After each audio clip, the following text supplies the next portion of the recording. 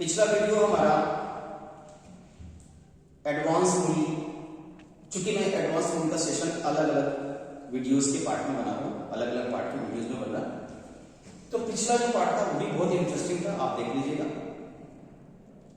और आज का जो वीडियो है ये भी बहुत ही इंपॉर्टेंट रहेगा। और अगला जो पार्ट आएगा एडवांस रूल ऑफ वॉइस, वो भी आपके लिए इंपॉर्टेंट होगा। I am trying my level to deliver the best lecture regarding the voice on advanced rule that will be helpful in all one day exams and CSET also.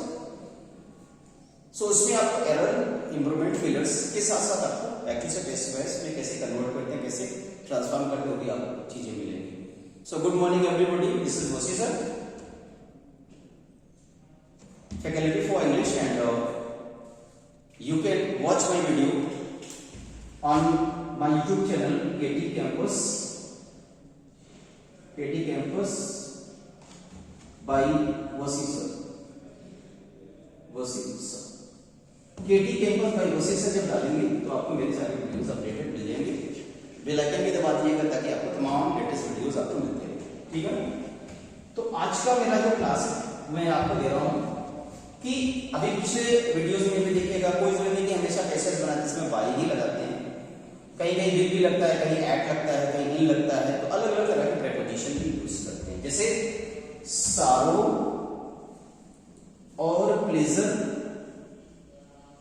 इनसे related जितने भी हमारे word हैं उनका passage बनाते समय by नहीं लगा करके विद प्रेपोजिशन का यूज करते हैं। जैसे सवाल हुआ कि your result has disappointed me, तुम्हारे रिजल्ट ने मुझे निराश कर दिया है।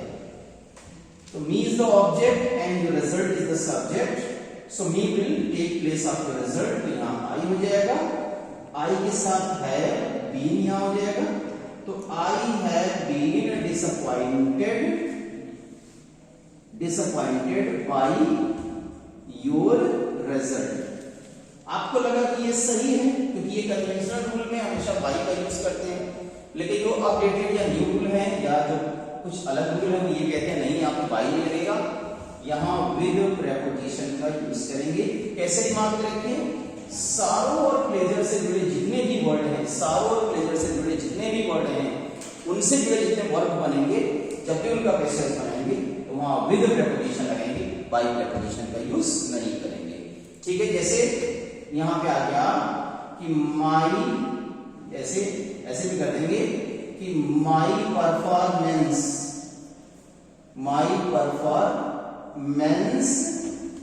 Has dilated my parents. कह रहे हैं कि मेरे परफॉर्मेंस ने मेरे माता पिता को खुश कर दिया है। This one is the object and this one is the subject and this is an object. तो यहां आ जाएगा, कैसे हो जाएगा, my parents have been delighted dot dot my performance. मान लिया आपके एग्जाम में फिलर का क्वेश्चन आ गया, ये फिलर का क्वेश्चन आ गया, तो यहां विद दे दिया, यहां बाई दे दिया, यहां एट दे दिया, यहां फ्रॉम दे दिया। आपको लगता है यहां सब सही लग रहा है और आप कन्वेंशन रूल की तरफ जाएंगे तो आप बाई लगा देंगे तो आपके मार्क्स डिडक्ट हो जाएंगे।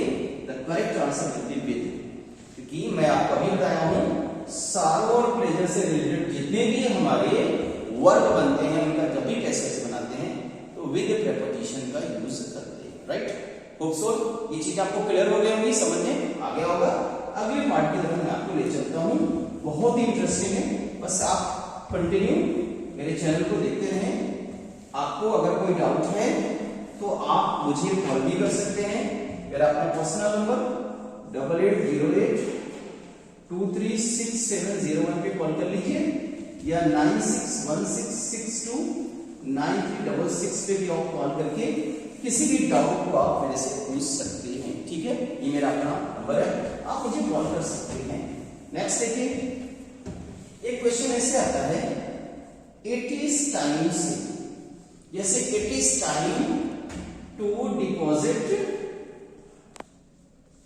डिपॉजिट द फी, कह रहे कि फीस के जमा करने का टाइम आ गया है। तो पैसिव वॉइस बनाएंगे तो एक्टिव वॉइस अगर इट इज टाइम से स्टार्ट हुआ है, अगर इस phrase active voice it is time से शुरू हुआ है तो पैसिव वॉइस भी इट इज टाइम से ही बनेगा और ऐसे बनेगा इट इज टाइम।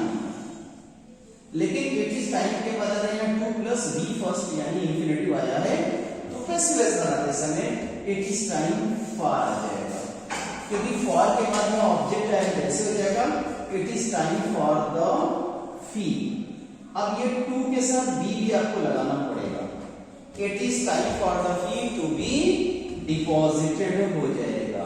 क्यों ऐसा हो गया 2 बी लगा, क्योंकि ये पैसिव का फॉर्मेट दिख रहा है ना, यहां से लेके यहां तक ये पैसिव का फॉर्मेट नहीं है, क्योंकि पैसिव का फॉर्मेट ये कहता है आप B3 लगाइए और 2 के साथ B का यूज करिए तो टू बी डिपॉजिटेड ये हो जाएगा। तो कैसे बनेगा it is time for the fee to be deposited. एक और एग्जांपल देखिए, it is time to get success, कह रहा है कि सफलता पाने का समय आ गया है। और इसी छोटे-छोटे एग्जांपल से मैं आपको दे रहा हूं, इसका active voice it is time से है ना बच्चे, तो passive voice it is time से ही होगा, ऐसा नहीं कि कुछ दूसरा हो जाएगा, नहीं, ये बनेगा it is time for success, यानी समय आ गया सफलता का, क्या करने का टू बी गेट का, that will be God.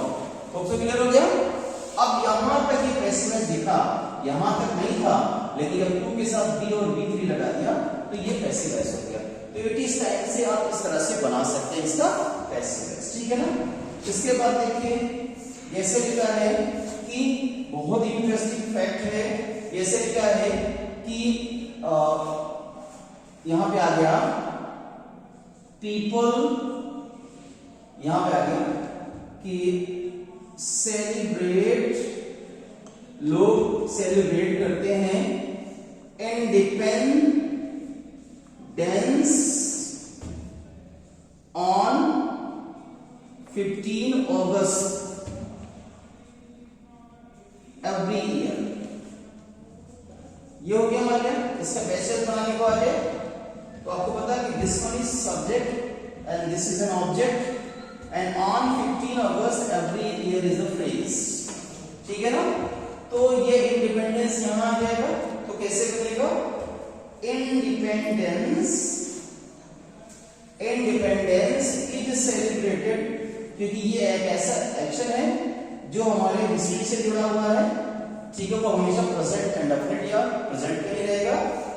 Independence is celebrated by people, आप द पीपल भी लगा सकते हैं या द पीपल भी लगा सकते हैं, तो हो जाएगा independence is celebrated by people on 15 August every year. ये तो बन गया एवरी ईयर, लेकिन यही चीज अगर बच्चे इस तरह से पूछ ले कि इंडिया सेलिब्रेट, ऐसे India celebrates independence, India celebrates independence on 15 अगस्त, अगर ऐसे आ गया तो जाहिर सी बात this part is the phrase, this is an object, here is a subject, object यहां आ जाए ऐसे बनेगा independence is celebrated, independence is celebrated, okay, celebrated by India on 15 अगस्त। आपको लगता है कि आप ये सही बनाए हैं? नहीं भाई, यहां नहीं बनेगा, यहां जब बनेगा तो बाई की जगह पे इन लगेगा। जैसे लिखा है इंडिया इज द प्लेस, अगर इंडिया प्लेस है तो प्लेस की वजह से यहां पे इन लगेगा, ठीक है ना। ऐसा नहीं कि बाय इंडिया, अगर प्लेस है तो यहां पे हमेशा इन का यूज करिएगा। इंडिया सेलिब्रेट करता है तो भारत में सेलिब्रेट किया जाता है, क्योंकि India is not a person, it is a kind of place. तो जब कभी भी यहाँ कोई प्लेस रहेगा और उसके द्वारा कोई काम होगा, उसके थ्रू कोई काम होगा, तो वहां बाई प्रीपोजिशन ना लगा करके इन प्रीपोजिशन का यूज करते हैं, that is I N, okay. तो आप कैसे बनाएंगे independence is celebrated in India, अगर यह इंडियंस होता तब बाय द इंडियंस लेकिन अगर इंडिया है, चाइना है, जापान है, तो in India, in Japan, in China ऐसे ही बना देंगे। राइट, क्लियर हो गया ना? अच्छा, ये चीज हमारा, ये हमारे एडवांस में है, तमाम ऐसी चीजें हैं जो आप यहाँ पे समझ सकते हैं, बना सकते हैं, ठीक है ना? जैसे एक हमारा एडवांस में मैं आपको सीखने से सब बता, जैसे होता है काशी पैसिवस। काशी पैसिवस ऐसा पैसिवस होता है जो वाकई में पैसिवस नहीं होता, लेकिन पैसिवस की तरह लगता है, ठीक है ना? और जितने भी हमारे काशी पैसिवस होते हैं वो हमारे सेंस ऑफ ऑर्गन से ही बनते हैं, ठीक है ना? जैसे एक सवाल आ गया कि इस तरह से कि टैमरिंड, इमली जो होती है, टैमरिंड सोर, अब यहाँ आ जाएगा सॉरी टैमरिंड टेस्ट, अब यहाँ आ जाएगा हमारे सोर, यानी इमली का स्वाद खट्टा लगता है। तो ऐसा थोड़ा कि टैमरिंड स्वाद चख ले रहा, नहीं, ये उसका नेचर है। टैमरिंड का नेचर यहाँ दिख रहा है कि उसका जो नेचर है वो कैसा दिख रहा है, सोर दिख रहा है।